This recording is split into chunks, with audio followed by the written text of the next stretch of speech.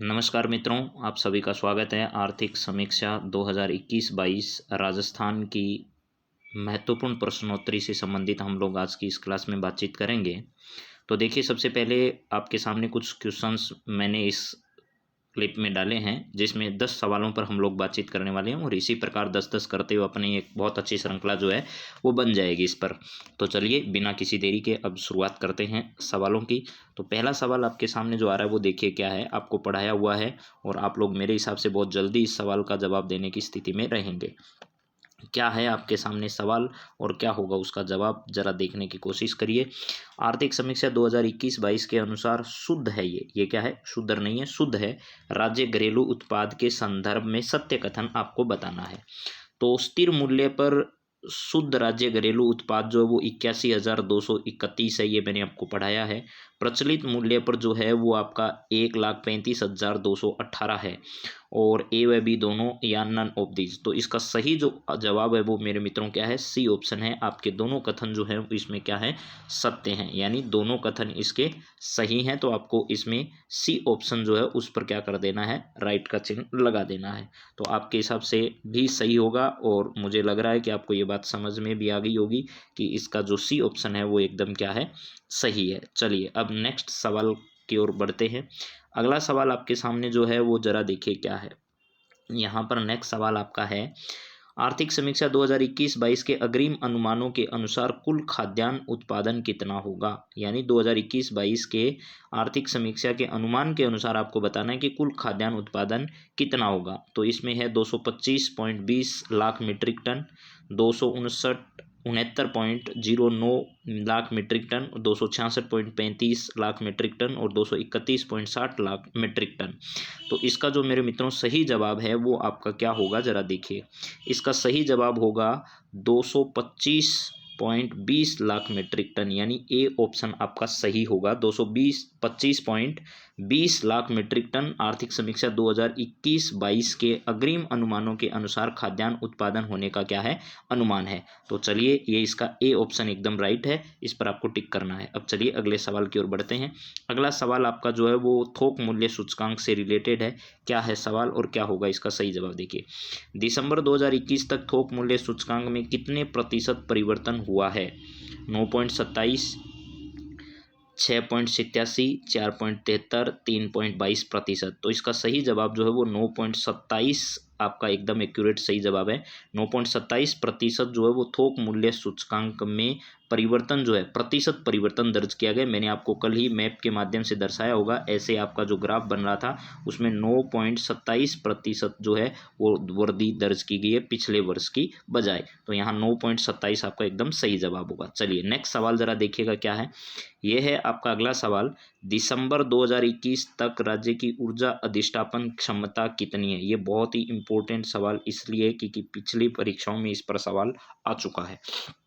23,321 megawatt, 21,979 megawatt, 21,176 megawatt और 21,078 megawatt. तो इसका सही जवाब जो है वो एकदम सही है। 23,231 मेगावाट जो ऊर्जा क्षमता है वो दिसंबर 2021 तक राज्य की अधिष्ठापन क्षमता है। हूबहू सवाल आपसे परीक्षा में पूछा जाएगा, ये जरूर ध्यान रखिएगा। वेरी वेरी इंपॉर्टेंट सवाल है परीक्षा के नज़रिए से। तो यहाँ 23,331 याद कर लो, 23,321 मेगावाट जो है वो इसकी क्या है, क्षमता है। कब तक, दिसंबर 2021 तक। नेक्स्ट सवाल अपना है, प्रचलित मूल्यों पर भारत की जीडीपी में राजस्थान का प्रतिशत योगदान कितना है। प्रचलित मूल्य पर बातचीत हमारी चल रही है। प्रचलित मूल्य पर भारत की जीडीपी में राजस्थान का प्रतिशत योगदान कितना है। 5.15, 6.01, 4.10, 3.70। तो राजस्थान का योगदान देश की जीडीपी में 5% के आसपास है, यानी 5.15% जो योगदान है वो देश की जीडीपी में किसका है, राजस्थान का है। यानी राजस्थान का योगदान अगर आपसे पूछा जाए तो 5.15% है। चलिए नेक्स्ट सवाल क्या है। ये अगला सवाल जो है वो बहुत इंपॉर्टेंट है परीक्षा की दृष्टि से। मुख्यमंत्री युवा संबल योजना की शुरुआत कब की गई थी। 1 फरवरी 2019, 1 फरवरी 2020, 1 फरवरी 2022, 1 फरवरी 2021। तो 1 फरवरी 2019 को युवा संबल योजना मुख्यमंत्री के द्वारा शुरू की गई थी। और पहले इस योजना में जब शुरू किया गया था तो आपको पता होगा राशि कम थी, लेकिन अब इस राशि को क्या कर दिया गया है, सरकार के द्वारा युवा संबल योजना के तहत मिलने वाली राशि को बढ़ा दिया गया है।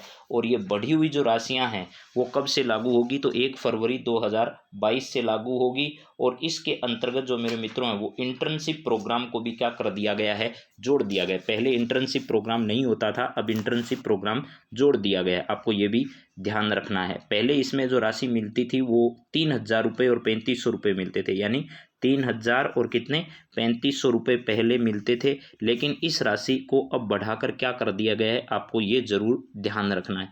अब इस राशि को बढ़ाकर आपको पता होना चाहिए 6,000 रुपये की बढ़ोतरी करके इसे 4,000 रुपये, यानी पुरुषों को 4,000 रुपये और महिलाओं को 4,500 रुपये जो है वो इसमें कर दिए गए हैं। और दिव्यांग जो लोग हैं उनको पहले भी कितने 3,500 रुपये भत्ता मिलता था, यानी ट्रांसजेंडर है और महिला है और विशेष योग्यजन है उनको, अब उनको 4,500 रुपये मिलेंगे। और सामान्य जो पुरुष हैं उनको 4,000 रुपये दिए जाएंगे। लेकिन 1 जनवरी 2022 से 2021 की जो नई योजना है वो लागू होगी। 2021 में परिवर्तन क्या हुआ है, ये सारे परिवर्तन हुए हैं कि अब इंटर्नशिप प्रोग्राम आपको करना होगा और सारी जो 4 घंटे का कार्यक्रम है वो भी करना होगा। लेकिन मूल रूप से ये योजना जो है वो 1 फरवरी 2019 से शुरू हुई।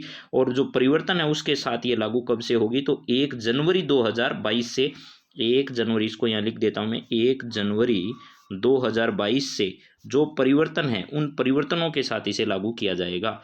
चलिए, यानी लागू कर दिया गया वैसे तो 1 जनवरी 2022 से। अब अगले सवाल की ओर बढ़ते हैं। खूब चर्चा में आई है ये योजना, आपने देखा होगा कि भाई पहले तो युवाओं को इसमें बेरोजगारी भत्ता मिलता नहीं था, अब जो है वो लोग पहुंच नहीं रहे, क्योंकि इंटर्नशिप प्रोग्राम अगर करना होता है तो बच्चों जो है उनको ये बहुत महंगा लगता है सौदा, तो इस वजह से इसमें ज़्यादा बच्चे जो हैं वो जुड़ नहीं पा रहे हैं, इस वजह से खूब चर्चा में आई। चलिए नेक्स्ट सवाल देखते हैं क्या है।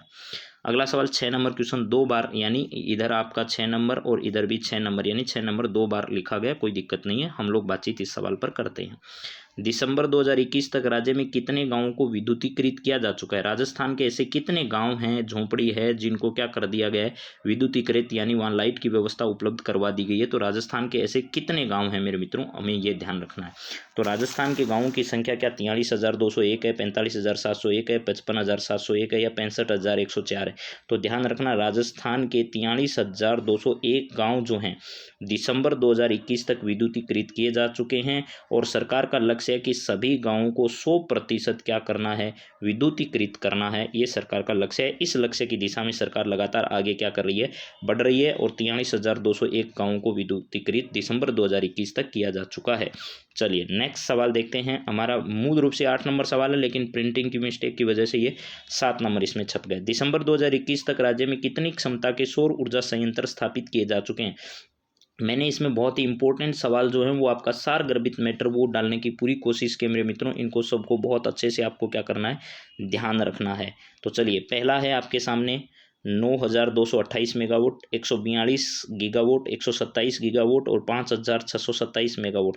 तो ध्यान रखिएगा, दिसंबर 2021 तक राज्य में कितनी क्षमता के सौर ऊर्जा संयंत्र स्थापित किए जा चुके हैं। अगर सवाल ऐसा का ऐसा आए तब तो आपको जवाब देना है 9,228 मेगावाट के जो संयंत्र है वो राजस्थान में स्थापित किए जा चुके हैं। ये पहला ऑप्शन आपको सही करना है। 9,228 मेगावाट के दिसंबर 2021 तक सौर ऊर्जा के संयंत्र राजस्थान में स्थापित हो चुके हैं। और राजस्थान की क्षमता कितनी की है, यानी कितनी क्षमता के सौर ऊर्जा संयंत्र जो हैं वो हमारे स्थापित किए जा सकते हैं, तो उसके लिए ध्यान रखना 142 गीगावाट जो है, 142 गीगावाट के संयंत्र जो है वो राजस्थान में स्थापित किए जा सकते हैं। क्योंकि हमारे यहाँ लगभग 325 दिन जो है वो सूर्य की स्थिति ऐसी रहती है कि सौर ऊर्जा का अधिकतम उत्पादन हमारे यहाँ किया जा सकता है। तो 9,228 मेगावाट इसका सही जवाब है। चलिए नेक्स्ट सवाल की ओर बढ़ते हैं। अगला सवाल है आपका 9 नंबर सवाल है, लेकिन यहाँ आपको 8 नंबर दिखाई दे रहा है। चलिए, यहाँ हमारा सवाल है 31 मार्च 2021 तक राज्य की प्रति 100 वर्ग किलोमीटर क्षेत्र पर सड़क घनत्व कितना है, ये बताना है। 31 मार्च 2021 तक राज्य में प्रति 100 वर्ग किलोमीटर में सड़क घनत्व, ये बहुत इंपॉर्टेंट सवाल है, हर परीक्षा में ऐसा सवाल पूछा जाता है। मैंने इस वीडियो में 10 सवाल डाले हैं, उसमें से 5 सवाल ऐसे हैं जो पूर्ववर्ती परीक्षाओं में डाटा चेंज होकर पूछे जा चुके हैं।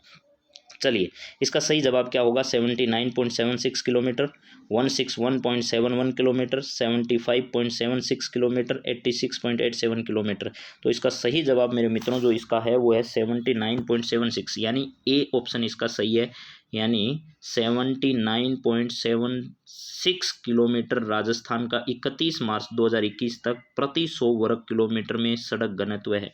देश की अगर बातचीत की जाए, यहाँ पर किसकी बातचीत की जाए, देश की अगर बातचीत की जाए तो ये किसका है, देश का है। 161.71 किसका है, देश का है। अगर भारत की बात की जाए, यानी भारत का अगर आपसे पूछे कि राष्ट्रीय सड़क घनत्व कितना है तो 161.71 है, और ये किसका है, ये है हमारे राजस्थान का सड़क घनत्व है 79.76 किलोमीटर, और देश का 161 पॉइंट कितना है, 161 पॉइंट आपका 71 किलोमीटर जो है वो राष्ट्रीय घनत्व है। तो मेरे हिसाब से आपको ये बात समझ में आ जाएगी। चलिए नेक्स्ट सवाल की ओर बढ़ते हैं और अगला सवाल देखते हैं क्या है हमारा।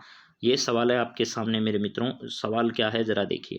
जनगणना 2011 के अनुसार राज्य में शहरी जनसंख्या का प्रतिशत क्या है। ये पहले परीक्षा में अभी थोड़े दिन पहले जो है वो पूछा जा चुका है। जनसंख्या का प्रतिशत बताइए, वो भी कौन सी, शहरी जनसंख्या। क्यों पूछ रहा हूँ, क्योंकि आर्थिक समीक्षा में शहरी जो है वो अलग से एक चैप्टर लगता है शहरी विकास से संबंधित, तो उसमें दिया हुआ है कि शहरी जनसंख्या में कितना प्रतिशत जो है वो बढ़ोतरी या वृद्धि दर्ज की जा रही है। तो 16.28, 24.87, 25.96 और 26.87 ये प्रतिशत के हैं सारे के सारे डाटा। तो इसका सही जवाब मेरे मित्रों जो है वो 24 पॉइंट क्या है, 87 इसका सही जवाब 24.87। जहाँ हमारा कभी 91 के आसपास जो है वो कितना हुआ करता था, 16.28 हुआ करता था, 16.28 हुआ करता था, वही अब बढ़कर इतना हो गया है। यानी 1961 में जहाँ जो है वो 16.28 हुआ करता था, वही शहरी जनसंख्या का प्रतिशत 24.87 हो चुका है। तो यहाँ मैं आपसे बात कर रहा हूँ, ये वाला जो डाटा है वो आपको ध्यान रखना है, कब का है, 2011 में ये स्थिति है, जहाँ हमारी 1961 में ये स्थिति हुआ करती थी।